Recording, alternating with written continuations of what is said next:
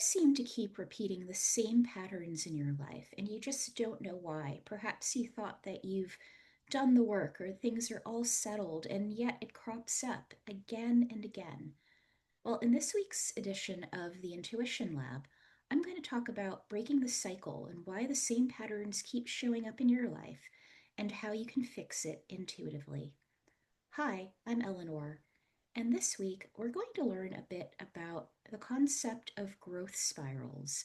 It was introduced to me by my mentor, and it's a way of explaining why we experience the same issues in different ways until we've learned our souls or our personalities' lessons. We all come to this planet with a specific set of lessons that we are meant to learn or things that we have agreed to experience in this lifetime. And until we learn these lessons, until we come to some sort of resolution, they are just going to keep showing up again and again.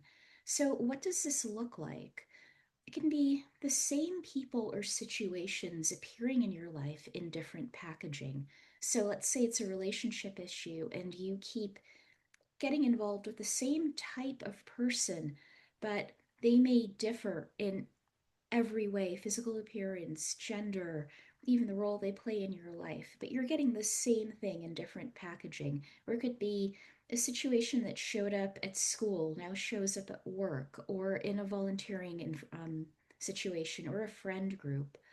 The levels of intensity with which you experience something. Let's say you have a history of friends backstabbing you. You have lessons to learn around that, namely around maybe choosing who you choose to associate with, and maybe the level of intensity of that sort of friend betrayal.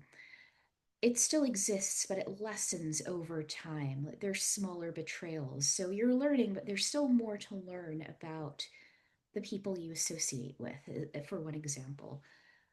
The impacts that these issues have on our lives as we grow and evolve in the spiral going upwards. You can go downwards too, right? The impact it has on your life. Sometimes losing your job at a certain point in your life can have a devastating effect, and at other times of your life, it doesn't, because you have savings, or you find another one, or you have some other means of support, so it's not the end of the world. And also the aftermath of experiencing these issues, like I mentioned, a friend issue. Sometimes it takes us months, years to recover from that type of betrayal. And as we evolve, we are able to be more resilient, move forward faster. It's not to say that what that person did wasn't heinous, but we don't let it grind us down and affect us the way we used to. So these things will continue to repeat until we have learned or embodied what we are meant to learn.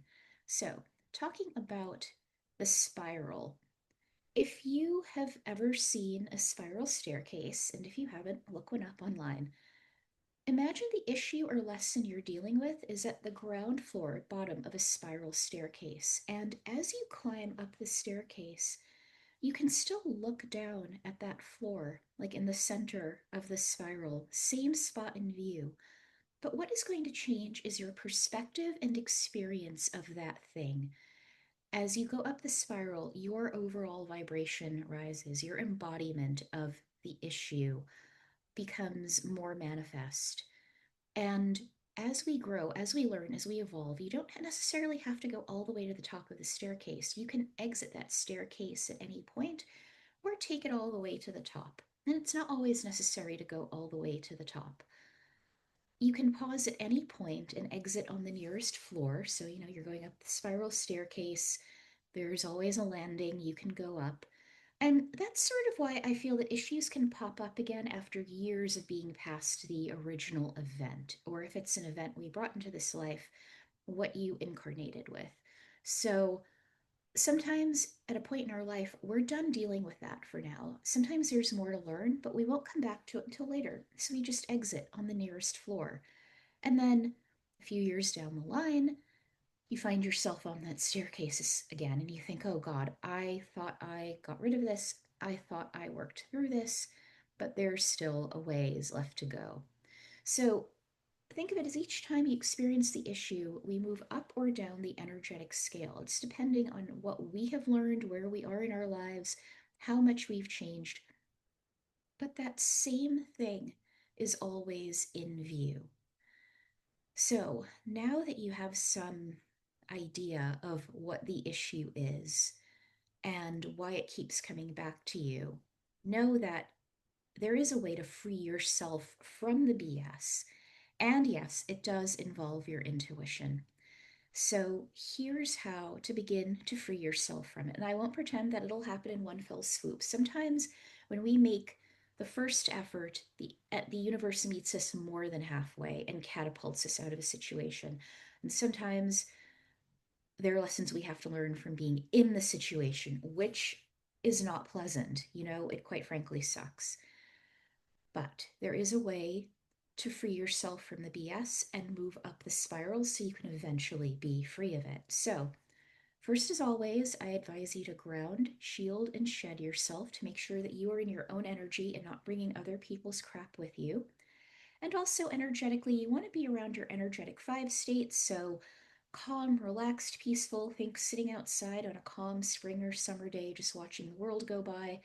I have two podcast episodes that discuss how to ground, shield, and shed to free yourself of others' influence and energies, and how to be in your energetic five state. Those will be in the show notes below. But once you're in that state, there are a few questions you want to ask yourself. So, accessing your intuition through a sort of deep inquiry, and you want to engage in deep listening to your higher self for the answers, even if it's not what you want to hear. If the responses you are getting do not align with what you want, do not throw them out. First, ask yourself, why is this happening?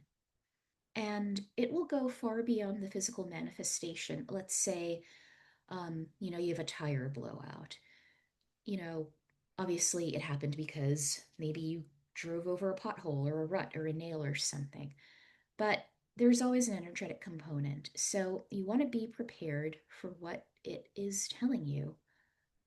And really, like I said, note the responses and note them all, whether or not they're what you want to hear. The second question to ask yourself is, what am I meant to learn now, right now in the present? And ultimately, what am I meant to learn from this? So the answer to the now will come pretty quickly. The ultimately, what you're meant to learn from this ultimately will continue to evolve and grow as you do. But you can sort of get a roadmap or an overall idea of why you are experiencing this. The next question is, how can I exit this spiral, or how can I get out of this? And be prepared for the answer to be, at some point, the only way out is through.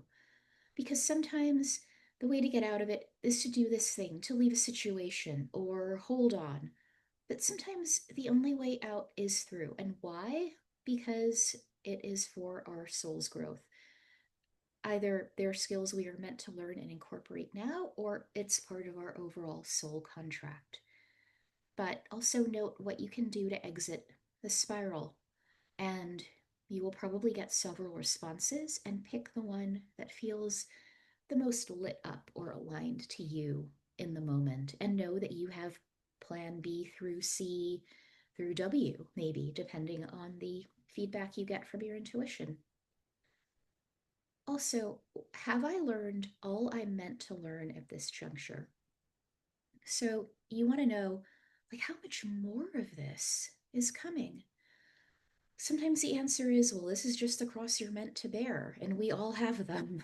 Believe me, I have mine, and they're not pleasant. But have I learned all I'm meant to learn at this point? You can even be asked, you can even ask to be shown sort of like maybe percentage wise or as part of a gauge or some visual representation of how much you have left to learn around this issue.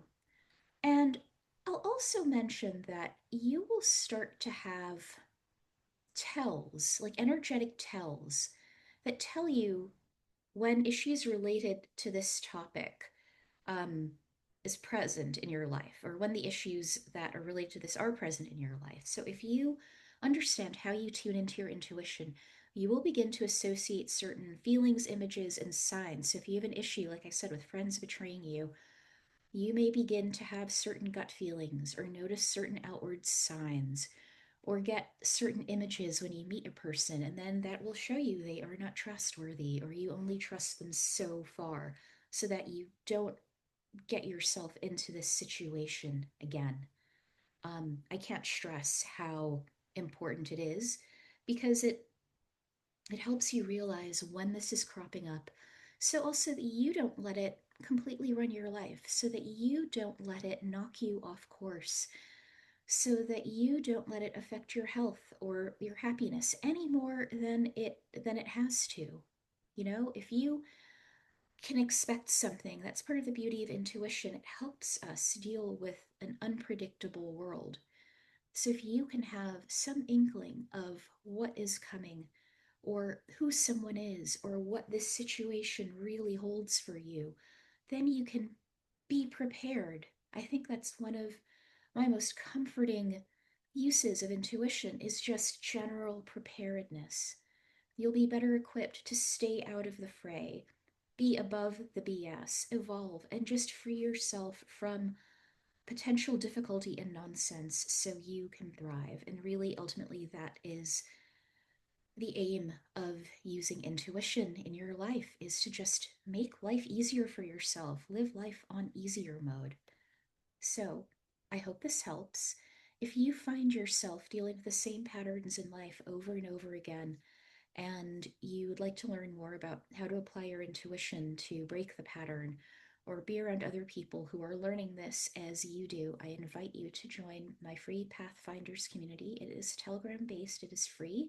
I provide weekly prompts and ongoing guidance around intuitive topics, and there's always a free discussion chat where you can enter things for brief feedback to get input from other pathfinders. And once a month, I'm going to do an open reading session where you can come and get some intuitive guidance on what's going on in your life. I'm also happy to announce that I am going to be a speaker at the Awakened Spirit Healing Arts Summit this coming Saturday, October 11th from 2 to 3 p.m. I'm going to be talking about 6 steps to intuitively making life changing decisions. So, when you get options from your intuition, how do you pick the best one? How do you figure out your next best step? I invite you to come. There is a cost associated with it, and the link is below. But I have 3 friends and family discounted tickets, so you can message me if you are interested. It's online, and if you buy a ticket, you will get access to the archives permanently. So not only will you have my talk, but you will have the dozens of other talks. I think there are over 30 speakers. So come learn a bit about Reiki, intuition, the spirit world, how to live your own life, your own best life, spiritually and intuitively. And until next week, I am sending you so much love, many blessings, and I hope to talk to you online soon. Take care.